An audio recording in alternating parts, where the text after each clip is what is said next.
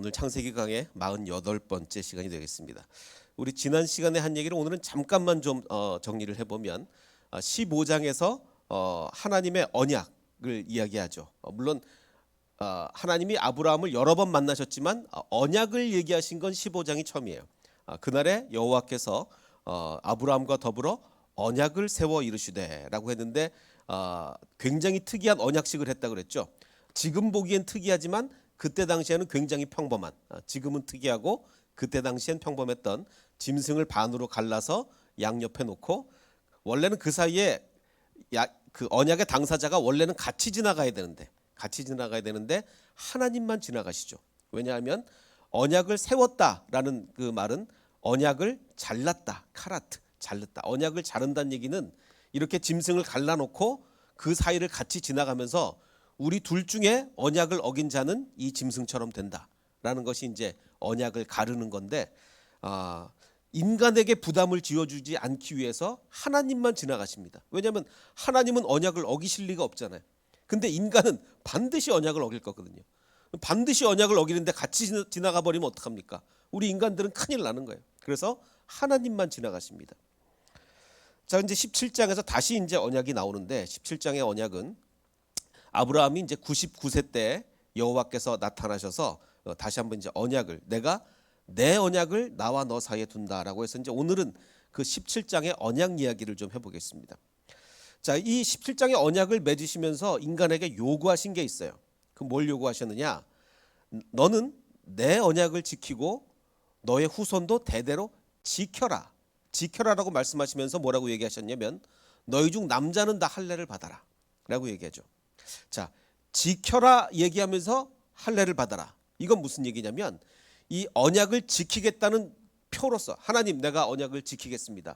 그 표로서 내가 할례를 하겠습니다. 즉 언약을 지키겠다는 그 표로 할례를 받게 되는 것인데, 그래서 하나님이 이것이 나와 너희와 너희 후손 사이에 지킬 내 언약이다라고 얘기합니다. 자, 근데 우리는 언약의 표를 그 전에 한 번 더 본 적이 있습니다. 창세기에서. 어떤 거였죠? 언약의 표. 홍수로 멸하지 않겠다라는 그 언약의 표로 우리에게 무지개를 주셨고, 이번에는 아브라함과 맺은 그 언약의 표는 할례를 아브라함과 맺은 언약의 표로 우리에게 이렇게 주신 겁니다. 자, 근데 이제 중요한 것은 이 할례가 이스라엘 민족만의 것이 아니죠. 이스라엘 민족만의 것이 아닙니다. 아브라함한테 할례를 행해라라고 할 때 아브라함이 할례가 뭐죠? 라고 묻지 않습니다. 왜 묻지 않냐면, 그 당시에 할례는 이미 많은 사람들이, 이방 민족들이 다 하고 있었던 거예요. 특별히 이집트의 같은 기록을 보면, 원래 이 이집트 사람들은 기록을 하는데 아주 탁월한 민족입니다. 얼마나 이 기록을 잘하는지, 그 이집트의 기록을 보면 이미 그러니까 BC 2350년경, 그러니까 아브라함보다 벌써 한 300~400년 전 아니겠습니까? 아브라함보다 훨씬 더 전에 그 무덤 벽화에 보면 이 할례를 받는 장면이 나와요. 무덤 벽화에. 제가 이제 부적절한 부분은 제가 좀 가렸는데, 이게 좀 잘 안 보이실 것 같아서 요즘 이거를 이제 그림으로 그린 게 바로 이겁니다. 그림으로 그려놓으면 오늘 이게 잘 작동이 안 하는 것 같은데, 자, 그 그림으로 그린 거를 보면 제사장이 할례를 하는데, 그 아기를 할례하는 게 아니라 어른을 하는 거기 때문에 서서 하면서 제사장이 이렇게 얘기를 합니다. 꽉 붙들어라. 저 사람이 기절하지 않도록 꽉 붙들어라. 뭐 이런 얘기까지 다 기록이 돼 있도록, 애굽뿐만 아니라 그 아프리카 일대, 그리고 에티오피아, 그리고 그 심지어 가나안 땅의 많은 나라들이 이미 할례를 아브라함보다 훨씬 더 오래 전부터 행하고 있었죠. 그래서 이 할례 풍습은 뭐 고대 이집트, 에돔, 모압, 암몬, 여러 가지 가나안 인근의 민족들, 물론 에돔, 모압, 암몬은 아브라함으로부터 사실은 나온 민족들이니까 뭐 그렇다 치더라도 애굽은 훨씬 더 전부터, 뭐 에티오피아, 아프리카, 또 그 외 지구상에 또 여러 곳곳에서 할례가 옛날부터 이미 많이 행해져 있다는 얘기죠. 그런데 그 아브라함의 고향이 어디입니까? 아브라함의 고향은 그 우르죠. 메소포타미아 지역이에요. 근데 이 메소포타미아 지역에는 할례가 없어요. 여긴 할례가 없는데, 그 멀리서 이렇게 가나안 땅으로 왔는데, 가나안 땅과 애굽과 뭐 아프리카 여기저기서 이제 이미 할례를 하고 있었다는 얘기죠. 자, 그런데 이 가나안 인근인데 또 그 할례가 없는 민족이 있습니다. 어디죠? 성경에 보면 블레셋. 블레셋은 왜 할례가 없느냐? 블레셋은 가나안 땅에 나중에 들어온 민족이에요. 한참 나중에. 그래서 이 가나안 땅에 나중에 들어온 블레셋의 이 할례가 없는데 그 증거가 어디 있냐면 우리가 그 다윗이 골리앗을 만났을 때 이렇게 얘기하잖아요. 그 사무엘상에 보면 다윗이 골리앗을 만나서 이렇게 얘기를 하죠. 다윗이 이르되 이 할례 받지 않은 블레셋 사람이 누구이기에 살아계시는 하나님의 군대를 이렇게 모욕하느냐. 그러니까 그 블레셋 사람을 향하여 이 할례 받지 않는 민족, 이거를 뭐 애굽 사람한테 전혀 얘기하지 않아요. 왜냐면 애굽 다 할례 받으니까. 자, 그런데 이제 중요한 건 오늘 키포인트는 바로 이겁니다. 아니 그러면 유대인들만 할례를 받는 게 아니라 그 주변의 많은 민족들이 할례를 받았다면 그러면 이스라엘이 받는 할례가 도대체 어떤 의미가 있는가? 뭐 다른 애굽도 받고 다 받는데 갑자기 하나님이 내 언약의 표로 할례를 받아라 라고 하는 얘기는 도대체 뭐냐? 그 의미가 굉장히 다른 것이 그 주변국들이 받는 이 할례는 이런 의미가 있습니다. 그 뭐 지역마다 다 의미가 다르고 하기 때문에 딱 하나라고 얘기하기는 어려운데 뭐 어떤 때는 위생 때문에 받기도 하고 어떤 때는 성인식의 하나로 받기도 하고 또 많은 곳에서는 그 다산의 신에게 바치는 어떤 그 제사 예식의 하나로 이렇게 할례를 받게 됩니다. 그러니까 분명히 종교적인 것과 관련이 있어요. 할례가 종교적인 것. 자, 그러면 아니 더군다나 이방 신의 종교적인 것과 관련이 있어서 그래서 많은 경우에 제사장이 집례를 합니다. 그 이방 신의 제사장들이 할례를 집례를 하는데 아니 그러면 이방 신들의 제사에 사용되던 할례를 하나님이 갑자기 너와 나 사이의 언약으로 할례를 행하라. 이건 굉장히 우리가 생각을 해볼 만한 필요가 있습니다. 이게 왜 그러냐면 하나님이 새로운 할례라는 걸 창조하신 게 아니라 기존의 다른 종교에서 행하던 할례라는 예식에 새로운 의미를 부여하시는 거예요. 새로운 의미. 그 의미가 뭡니까? 너희는 포피를 베어라. 이것이 나와 너희 사이에 언약의 표다. 다른 어떤 종교에도 신과 인간 사이에 언약의 표로 할례를 행한 적은 없어요. 다른 어떤 이미 지금 많은 종교에서 할례를 하고 있는데 뭐 다산의 신에게 바치거나 뭐 그런 건 있을 수 있어도 신과 인간 사이에 언약의 표로서 할례를 행하는 건 처음입니다. 하나님이 할례에 새로운 의미를 부여하시는 거예요. 이에 내 언약이 너희의 살에 있는 거다. 너희의 살에 내 언약이 있는 거다. 그래서 영원한 언약이 될 거다. 이렇게 이야기를 합니다. 그러니까 사실 정말 중요한 것은 할례라는 행위가 뭐냐, 어떤 행위냐라기보다는 더 중요한 것은 하나님이 거기에 어떤 의미를 부여하셨느냐가 중요한 거예요. 우리 인생의 모든 게 다 그렇습니다. 실제로 이게 무슨 의미냐라기보다는 거기에 어떤 의미를 부여했느냐가 중요한 거죠. 그 명품, 저는 이 명품을 절대로 구별을 못합니다. 저는. 왜냐? 제가 보기에는 동대문에서 파는 거나 명품이나 전혀 다를 게 없어요. 전혀 다를 게 없기 때문에 저는 명품을 전혀 구별을 못합니다. 저에게는 아무런 의미가 없어요. 근데 어떤 사람은 이 명품에 엄청난 의미를 부여하지 않습니까? 그러니까 이게 실제로 어떤 가치를 가졌느냐가 아니라 거기다 어떤 의미를 부여했느냐가 때에 따라 달라지는 거예요. 그 저는 이제 80년대에 대학을 나왔는데 80년 요즘은 잘 모르겠지만 요즘은 안 하겠죠. 80년대에는 어떤 게 유행을 했냐면 특히 복학생들에게 그 우유팩 차기라는 게 굉장히 유행을 했습니다. 혹시 기억하시는 분 계신지 모르겠어요. 이 먹고 남은 우유팩을 제기 비슷하게 이렇게 운동을 하면서 차는데 이게 기가 막힙니다. 이게 뭐 거의 메시 수준이에요. 이게 차는 게. 근데 저는 이제 축구를 워낙 못하니까 그냥 구경만 했는데 이 복학생들이 그 우유팩을 차는 걸 보면 거의 뭐 호나우두나 메시를 능가합니다. 뭔가 입이 딱 벌어지게 이렇게 차는데 보니까 이게 영상도 있더라고요. 뭐 팩을 차는 사람들에게서 옛날 영상이 이렇게 남아 있는. 이건 굉장히 못하는 사람들이 이제 하는 건데 그 제 선배들을 보면 이건 뭐 메시나 호나우두를 거의 능가하는 거예요. 자, 그런데 이렇게 그 제 선배들은 보면 이렇게 그 우유팩을 잘 차는데 우유팩 잘 찬다고 누가 연봉을 몇 억씩 주고 하겠습니까? 그 이유가 뭐죠? 어느 나라 사람도 이 우유팩을 차는 거에 의미를 부여하지 않기 때문이에요. 근데 만약에 가정으로 세계 인구의 대부분이 우유팩 차기에 큰 의미를 부여한다면 얘기가 완전히 달라집니다. 지금 우리 보면 이 손흥민 선수가 연봉을 어마어마하게 받지 않습니까?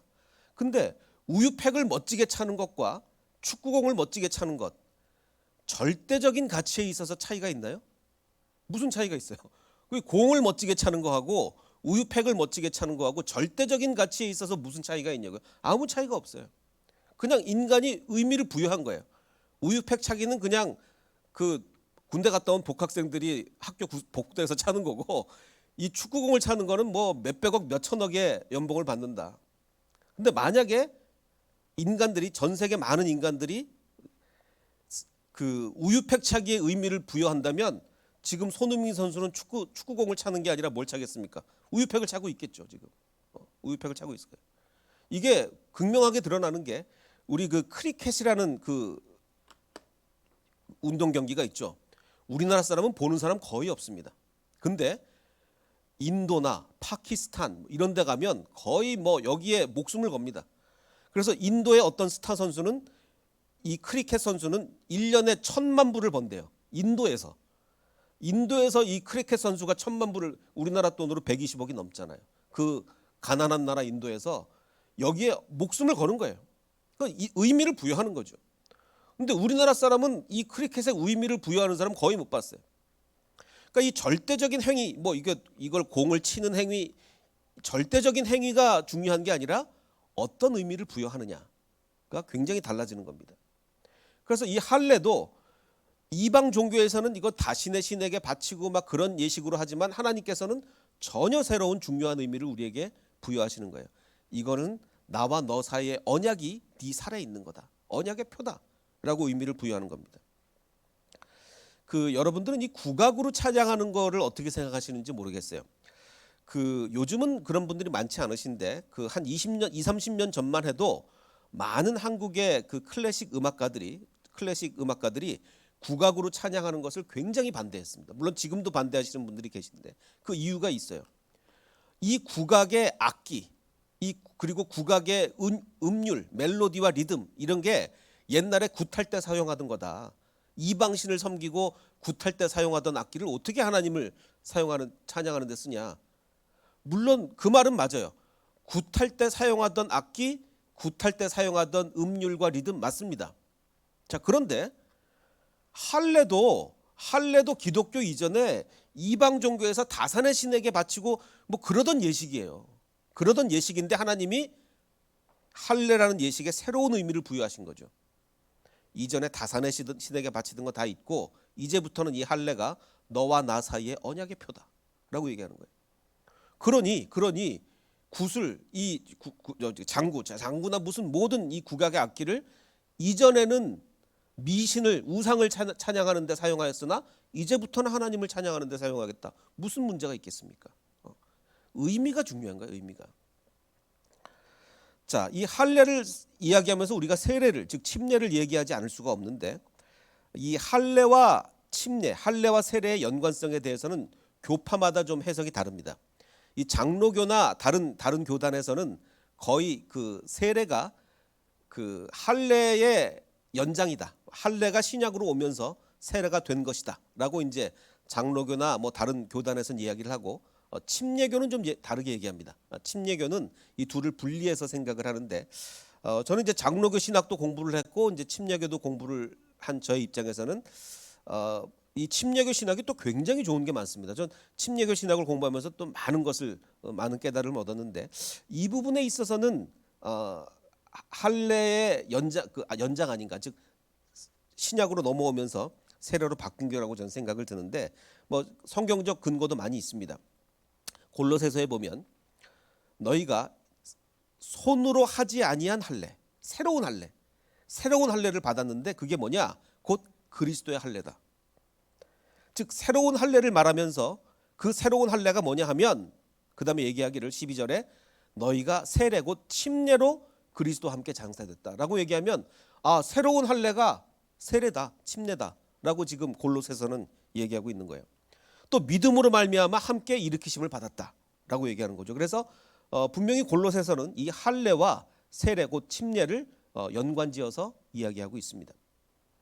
자, 근데 특이한 것은 우리가 이제 그 구약에서는 할례와 유월절 만찬 이걸 먹죠. 그 다음에 신약에서는 세례와 성찬식을 행합니다. 근데 유월절 만찬이나 성찬식은 다른 종교에 없어요. 유월절 만찬 다른 종교에 있습니까? 없습니다. 성찬식 다른 종교에 있습니까? 없습니다. 자, 그런데 할례와 세례 즉 침례는 다른 종교에 다 있어요. 세례도 마찬가지예요. 세례도 그 세례 요한, 침례 요한이 처음에 침례를 받아라, 세례를 받아라라고 할 때 사람들이 세례가 뭐지? 처음 들어보는데 침례가 뭐지? 라고 물어보지 않았어요. 왜냐하면 그 당시 사람들은 다 알았어요. 왜냐하면 다른 종교에서도 다 해요. 침례나 세례는 다른 종교에서도 다 하기 때문에 침례를 받아라, 세례 받아라고 할 때 세례가 뭡니까? 라고 어느 누구도 묻지 않습니다. 다 아니까. 다른 종교에서 다 아니까. 마치 할례처럼. 그래서 이 세례 즉 침례도 할례와 마찬가지로 주변의 많은 단체와 종교에서 이미 행하던 거예요. 그런데 하나님이 새로운 의미를, 할례에 새로운 의미를 부여하듯이 침례, 세례에도 새로운 의미를 부여합니다. 그게 어떤 의미죠? 함께, 그리스도와 함께 장사된 거다. 또 함께 일으키심을 받은 거다. 예수님이 죄도 없는데 세례를 왜 받습니까? 죄도 없는 분이. 예수님이 침례를 받았고 우리도 침례를 받았기에, 같은 침례를 받았기에 함께 묶여지는 거예요. 그래서 함께 장사되고 함께 일으키심을 받는 겁니다. 이런 다른 종교에는 전혀 없는 이 세례의 의미. 다른 종교에서 세례의 의미는 그냥 정결 의식이에요. 깨끗하게 하고 뭐 아니면 입교 의식. 내가 그 종교에 입교하겠습니다. 그런 입교 의식으로 하든가 뭐 깨끗하게 정결 의식으로 하든가 이런 걸 하지, 함께 내가 그리스도와 함께 침례를 받았으니 함께 살아나는 거다, 함께 죽는 거다라는 의미는 하나님만이 우리에게 부여하신 겁니다. 골로새서만 그런 게 아니라 로마서에서도 맞죠. 로마서에서도 세례 즉 침례는 그리스도와 함께다. 그리스도 예수와 합하여 세례 침례를 받은 우리는 그의 죽으심과 합하여 세례 침례를 받은 줄을 알지 못하느냐. 만일 우리가 그리스도와 함께 죽었으면 함께 살아나는 거다. 바로 이게 세례와 침례의 의미다 라고 얘기하는 거죠. 그러니까 정말 중요한 것은 세례라는 즉 침례라는 그 예식 자체가 중요한 게 아니에요. 뭐 물을 어떻게 뭐 풍덩 빠뜨리느냐, 뭐 물을 붓느냐, 그게 중요한 게 아니라 거기에 어떤 의미가 있느냐. 하나님이 그 예식에, 세례 침례라는 예식에 어떤 의미를 부여하셨느냐. 예수님과 함께 죽고 함께 살아나는 거다라는 그 의미가 중요한 거죠. 자, 아까 우리가 그 언약의 표를 얘기하면서 이제 할례뿐만 아니라 또 하나 처음에 얘기한 게 뭐 있죠? 무지개. 무지개를 얘기했었는데, 무지개도 언약의 표고 할례도 언약의 표인데 좀 다른 부분이 있습니다. 어떻게 다른 부분이 있냐면, 무지개는 그 창세기 그 앞에 하나님 뭐라고 그러셨냐면, 내가 내 무지개를 구름 속에 두었다. 그래서 무지개가 구름 속에 나타나면 내가, 하나님이 내 언약을 기억하리니 누가 보고? 하나님이 보고 영원한 언약을 기억한다. 제가 이거 그때 9장 그 강의할 때 말씀드렸듯이 무지개가 딱 뜬 걸 보고, 야, 하나님이 우리를 홍수로 면하시지 않는다 그랬어. 아이고 다행이다. 우리가 기억하는 게 아니라 하나님 뭐라 그러셨죠? 내가 무지개를 보고 내가 기억할 거다. 내가 인간들 다시는 홍수로 면하지 말아야지라고 하나님이 기억하시는 게, 그게 무지개. 자꾸 무지개 보고 아이고 다행이다 뭐 이러시면 안 됩니다. 그건 하나님이 기억하시는 거예요. 자, 그런데 할례는 누가 보고 누가 기억할까요? 할례는 물론 하나님이 우리 몸을 다 보시지만, 하나님이 우리 몸을 다 보시지만 주로 누가 보게 됩니까? 인간들이 뭐 화장실 갈 때마다 보는 거고, 인간들이 보는 거예요. 인간들이 보고, 인간들이 언약의 표가 내 몸에 있구나. 그 언약을 그때 여러 번 말씀드렸죠. 언약을 한국말은 맺는다인데 히브리어는 언약을 자른다 그랬어요. 나와 하나님의 언약이 잘려져 있구나. 내 신체의 일부가 잘려져 있구나. 내가 하나님과 언약을 맺은 사람이라는 것을 하루에도 몇 번씩 보는 거 아닙니까? 하루에도 몇 번씩 화장실 갈 때마다 보는 거죠. 근데 이제 더군다나 이게 이제 그 할례가 세례 침례로 바뀌어 오면서 신약으로 가면서는 여자도 세례를 받을 수 있잖아요. 그전에는 물론 여성 할례도 있긴 합니다만 그건 좀 복잡한 문제라 다음에 얘기를 하기도 하고, 남자만 받을 수 있는 할례에서 여자도 받을 수 있는 세례로 신약으로 가면서 은혜가 확장이 됩니다. 은혜가 확장이 돼요. 자, 근데 이제 우리는 이런 의미를 가질 수 있습니다. 굳이 그렇게 내 몸에다가 언약을 새길 이유가 그렇게까지 있느냐? 언약을 뭐 이렇게 하나님이 언약을 써서 주셨는데 뭐 이렇게 내 몸에다까지 언약을 새길 이유가 뭐 그렇게까지 있느냐라고 생각을 하실 분이 계실지도 몰라요. 내 언약이 너의 살에 있어 영원한 언약이 될 거다. 자, 이걸 이해하기 위해서 지난번에 우리가 요즘 계속 줌으로 그 목장 모임을 이 코로나 때문에 하고 있는데 지난번 그 목장 모임 시간에 그 줌에서 아주 마지막에 이제 빵 터지게 끝났습니다. 이게 다들 아주 웃으면서 끝났는데 그 이유가 뭐냐면 이 권주영 전도사님이 이제 막 재밌는 얘기를 막 한참 하시다가 다음 얘기는 다음번에 알려드리겠습니다. 그러자 이제 거기서 다 그냥 웃음이 터졌어요. 근데 다음번 시간에 알려드리겠습니다. 그러니까 웃음이 터졌지. 만약에 아브라함이 지금 몇 년 기다렸죠? 이삭 날 때까지. 처음에 내가 너로 큰 민족을 이루겠다. 이삭 날 때까지 25년 걸렸잖아요. 만약에 이 권주영 전도사님이 그 다음 이야기는 25년 후에 알려드리겠습니다. 이러면 얘기가 완전히 달라요. 다음 시간에 알려드리겠습니다. 그러니까 우리가 웃은 거지. 다음번 얘기는 25년 후에 알려드리겠습니다. 얘기가 완전히 다릅니다. 하나님이 언약을 이루실 때 굉장히 오래 걸려요. 굉장히 오래 걸립니다. 그래서 우리 몸에 언약의 표가 필요해요. 하루에도 몇 번씩 보면서 리마인드 해줄 언약의 표가 안 그러면 인간들은 자꾸 잊어버려요. 하나님의 대부분의 약속은 굉장히 오랜 기다림이 필요합니다. 성경을 창세기부터 계시록까지 보십시오. 뭐 주신다고 해놓고 바로 주신 적이 언제 있는지. 그러니 언약을 우리 몸에 새긴다는 것은 굉장히 중요한 의미죠. 그래서 영원한 언약이라는 게 두 가지 의미입니다. 첫 번째는 절대로 끊어지지 않는 영원성을 이야기도 하지만 거의 모든 언약이 대부분 굉장히 오랜 기다림이 필요한 거다라는 것을 얘기하고 있는 거죠. 이 언약을 기다린다는 것이, 그래서 그 표를 우리 몸의 표를 간직한다는 것이 굉장히 중요한 거예요. 일본의 한 시골 백화점에서 1991년에 첫날 신년 신문 광고 전단지에다가 이런 걸 실었어요. 2001년, 그러니까 그 당시로부터 10년 후죠. 1991년 첫날이니까 앞으로 10년 후 2001년 첫 영업일에 백화점 문 여는 첫날에 이 쿠폰을 가져오시면 선물을 드리겠습니다.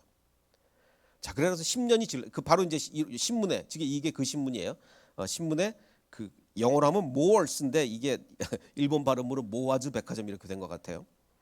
자, 그래서 이제 10년 후 한 번 딱 광고하고 10년 후에 이거 갖고 오면 선물 드립니다. 광고하고 10년이 흘렀습니다. 몇 명이나 오겠습니까? 이게 뭘 준다는 얘기도 없어요. 예를 들어서 아이패드 하나씩 주겠습니다. 그럼 몰라도 뭘 준다는 얘기도 없이 그냥 선물 하나 드리겠습니다. 쿠폰 갖고 오면 몇 명이나 가겠습니까? 근데 이제 이 백화점은 그래도 무려 600개의 접시 시계를 600명이 오겠습니까? 이 10년인데 말도 안 되죠. 근데 이제 2001년 영업 첫날 딱 이제 문을 열고 보니 백화점 문 앞에 1200명이 기다리고 있었어요. 야, 정말 이거 아니 이걸 어떻게 1200명이 10년 후에 주겠다는 선물을 그걸 오려가지고 10년을 가지고 있습니까? 그래서 아니 도대체 당신들은 어떻게 이거를 10년 동안 보관을 했냐 그랬더니 어떤 사람은 액자에 넣어서 보관했답니다. 이거를 잘라가지고 액자에 넣어가지고 10년을 보관했다는 사람이 있는가 하면 어떤 사람은 수첩에 넣어가지고 10년 동안 들고 다녔대요. 정말 야, 어떻게 이런 일이. 자, 더군다나 이 백화점도 대단한 게 이 10년 후에 약속을 했기 때문에 이 담당자가 얼마나 그동안에 많이 바뀌었겠어요. 직원이 계속 인수인계를 철저하게 한 거예요. 이거 2001년에 이거 잊어버리지 말고 선물 꼭 준비해내야 된다. 선물 준비 안 했다가 이거 고객들이 갖고 오면 안 되니까. 그래서 600개도 사실은 말도 안 되게 많이 준비한 건데 이 기다리는 사람들은 더 했습니다. 제가 이 말씀을 드리는 이유는 아니 이거 뭔지도 모르는 이거 별거 아닌 그냥 증정품 하나 받으려고 액자에 넣어서 보관하고 수첩에 넣어서 10년을 가지고 다니고 하는데 하나님이 우리에게 주신다는 언약, 하나님이 우리에게 주신다는 언약을 우리가 이렇게 기다려 봤습니까? 액자에 넣어서 맨날 하고 정말 수첩에 넣고 할례가 그 역할을 하는 거예요. 할례가 언약을 우리 몸에 새겨가지고 언약을 우리 몸에 새겨서 하루에도 몇 번씩 그래 나는 하나님의 언약 백성이지, 나는 하나님의 언약 백성이지 라고 생각하게 만드는 겁니다. 그래서 17장 14절을 보면 할례를 받지 않는 자는 어떻게 되느냐, 백성 중에서 끊어질 거다. 왜냐하면 그가 내 언약을 배반했기 때문이다 라고 얘기하는데, 여기서 한국말로는 끊어진다라고 번역을 했지만 히브리어에는 언약을 맺는다라고 쓸 때 썼던 그 자른다, 백성 중에서 잘라내져 버릴 것이다. 카라트, 언약을 맺는다, 그러니까 언약을 자른다와 똑같이 백성 중에서 잘려질 것이다 라고 이렇게 이야기를 합니다. 자, 다시 한번 얘기하면 15장의 언약은, 지금은 17장이죠. 15장의 언약은 짐승을 둘로 갈라서 언약을 맺었어요. 언약을 맺은 후, 즉 언약을 자른 후 언약을 어긴 자는 이 잘려진 동물처럼 될 것이다 라고 이제 언약을 맺으신 건데, 아까 말씀드린 것처럼 인간 안 데리고 지나가시고 하나님만 지나가셨죠. 이때 아브라함 데리고 지나가셨으면 아브라함은 갈라져야 돼요. 언약을 뭐 수도 없이 어겼으니까. 자, 그래서 하나님만 지나가셨기 때문에 우리는 언약 속에서 안전합니다. 하나님은 절대로 언약을 안 어기시니까 우리만 어기지. 그러나 방금 얘기한 것처럼 할례를 받지 않으면 언약에서 끊어질 거다라는 얘기는 우리의 임무를 다하지 않으면 우리는 언약으로부터 잘려나간다. 그러니까 우리는 언약 붙들고 있어야 됩니다. 언약 붙들고. 자, 23절을 보면 이에 아브라함이 하나님이 자기에게 말씀하신 대로 이날에 집에서 태어난 모든 자를 할례를 합니다. 모든 자와 돈으로 산 자라는 얘기, 이제 종까지 다 모든 남자를 데려다가 포피를 베게 됩니다. 자, 근데 중요한 것은 그 중에 한 사람, 중요한 한 사람을 콕 집어서 얘기합니다. 누구냐면 그 아들 이스마엘까지 할례를 받아요. 이스마엘까지. 자, 더군다나 그냥 이스마엘이라고 안 하고 그 아들, 아브라함의 아들이다라고 하면서 그 아들 이스마엘까지 할례를 받습니다. 자, 지금 그 이슬람교 믿는 무슬림들 할례를 받을까요? 받지 않을까요? 무슬림들. 그 코란에 보면 할례를 받아라라는 얘기가 코란에 있지는 않습니다. 할례를 명령한 구절은 없어요. 그러나 일부 종파를 그 이슬람도 워낙 종파가 많으니까 일부 종파를 제외하고 대부분의 무슬림들은 할례를 행합니다. 왜냐하면 무슬림도 이 그 모세 오경은 대부분 다 인정을 하거든요. 대부분의 무슬림들은 이제 할례를 행하게 되는데, 근데 또 이제 그 우리처럼 그냥 뭐 그 아기 때 그 병원에서 그냥 할례를 하는 게 아니라 할례식을 아주 거창하게 이제 행합니다. 뭐 비용도 많이 들여서 할례식을 행하기 때문에 이슬람교의 할례식에는 그 부유층 자녀들이 할례를 할 때 이 할례 비용을 감당 못하는 이제 貧곤층 자녀들의 할례 비용을 이렇게 대면서 이렇게 한다고 하긴 합니다. 자, 근데 중요한 것은, 자, 그럼 이스마엘이 할례를 받았으니까 그러면 언약의 표인데, 할례가 언약의 표인데, 그럼 이스마엘은 언약 안의 인물인가 아닌가, 어떻게 생각하십니까? 자, 할례는 언약의 표예요. 언약의 표인데 이스마엘이 할례를 받았습니다. 그러면 이스마엘은 언약 안의 인물입니까? 언약 밖의 인물입니까? 자, 하나님이 그래서 거기를 아주 명확하게 해주십니다. 내가 사라에게 아들을 줄 텐데, 그러자 이제 아브라함이 하나님께 이렇게 얘기합니다. 아니, 지금 사라가 나이가 몇인데 그냥 이스마엘이나 하나님 앞에서 잘 살기를 원합니다. 근데 우리나라 성경이 좀 과하게 번역을 했어요. 이스마엘, 이 나는 히브리 원문에 없습니다. 그냥 이스마엘이 하나님 앞에 잘 살기를 원합니다 라고 하자 하나님이 이르시되 아니다. 네 아내 사라가 이제 너한테 아들을 낳을 텐데 너는 그 이름을 이삭이라고 해라 라고 하시면서 그 다음에 굉장히 중요한 말이 나오시는데, 내가 그와 내 언약을 맺을 거다. 이스마엘은 언약의 대상은 아니다. 이삭의 후손에게 영원한 언약이 될 거다 라고 얘기하십니다.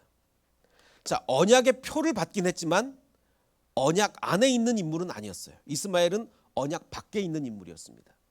언약은 내가 이삭과 맺을 것이다, 이렇게 이야기를 합니다. 마치 이것처럼 우리가 이 교회 안에 우리가 이제 그 세례를 할례 연장이라고 본다면 세례나 침례 받은 사람들이 교회 안에 많이 있습니다.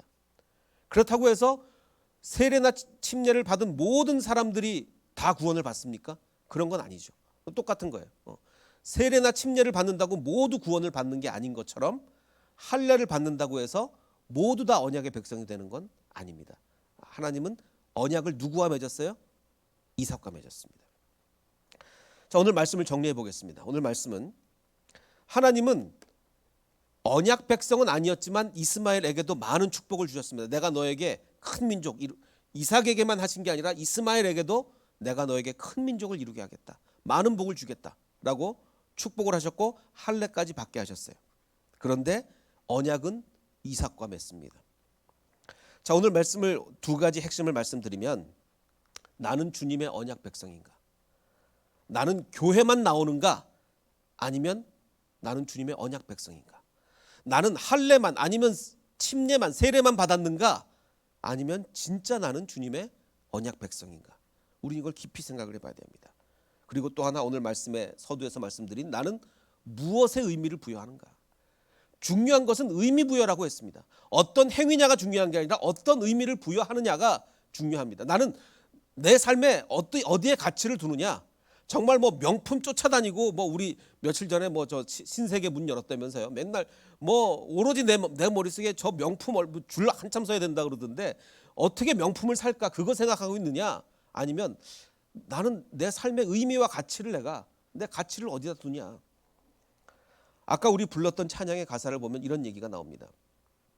화려하지 않아도 정결하게 사는 삶.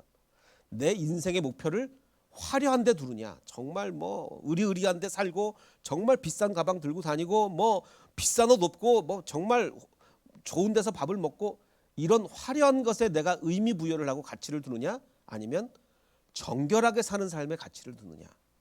그리고 나눠주는 삶의 가치를 두느냐? 어느 게 행복하겠습니까? 화려하게 살면 행복합니까? 아니요. 정결하게 살고 나눠주는 삶의 가치를 둘 때, 그때 진정한 행복과 평안을 내 마음과 누릴 수 있는 거죠. 그리고 그 다음 가사에도 억울한 일 많지만 주를 위해 참는 것. 우리가 하나님의 일을 해야 되는데 우리는 어떻게 이렇게 생각할 수 있어요? 하나님, 내가 살면서 억울한 일 너무 많이 당했습니다. 억울한 일을 너무 많이 당해서 내가 그거 참느라고 내가 하나님의 일을 못했습니다. 아니요. 억울한 일 많지만 주를 위해 참는 것 자체가 하나님의 일입니다. 그거 자체가 하나님의 일이에요. 그래서 우리가 무엇에 가치를 두는, 뭐 하나님의 일을 많이 해서 뭐 크게 하고 이름 내고 이런 게 가치가 아니라 정말 내가 가치를 어디다 둘 것이냐. 그래서 오늘 말씀의 핵심은 이겁니다. 내가 진정한 일에, 정말 하나님이 원하시는 일에 가치를 두어야 내 마음속에 행복이 있다. 그래서 그 행복을 누리시는 저와 여러분이 되시기를 주님의 이름으로 축원합니다.